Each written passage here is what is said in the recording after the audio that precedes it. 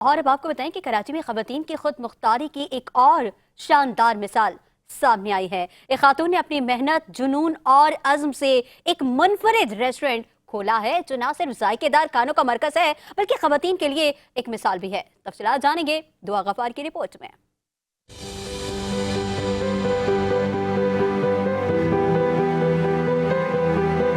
Food के हवाले से तकरीबन 11 साल हो गए मुझे कि मैं घर से काम कर रही थी। लोगों का रिस्पॉन्स स्टार्ट में तो बहुत बुरा मुझे मिला, लेकिन ये बात है जो डर गया वो मर गया वाली बात है। मैं डरी नहीं, मैं इसीलिए मरी नहीं।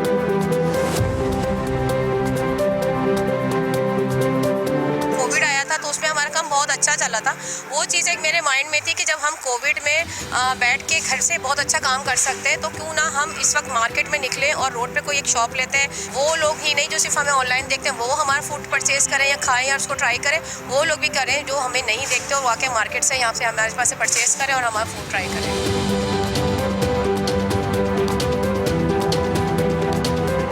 मैट्रिक मैंने किया था, मैं 1992 से जॉब मैंने स्टार्ट की थी तो, और उसके बाद जो तब मैं इंडिपेंडेंट हो गई थी, लेकिन वाले साहब ने इस काबिल बनाया कि जी मैं कुछ कर सकूं अपने लिए और किसी के ऊपर डिपेंड ना हूं। ठीक है, उसके बाद अल्हम्दुलिल्लाह शादी हुई, शौहर ऐसा मिला, उन्होंने 100% सपोर्ट किया। फिर उसके बाद बच्चों ने भी 100% सपोर्ट किया।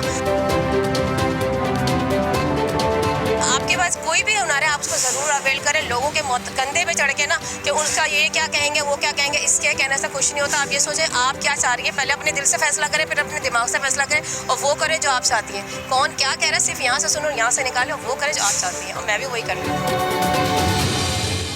ये सिर्फ एक रेस्टोरेंट नहीं बल्कि इस बात का सबूत है कि जब औरत खुद पर यकीन रखे तो वो किसी की मोहताज नहीं बन सकती।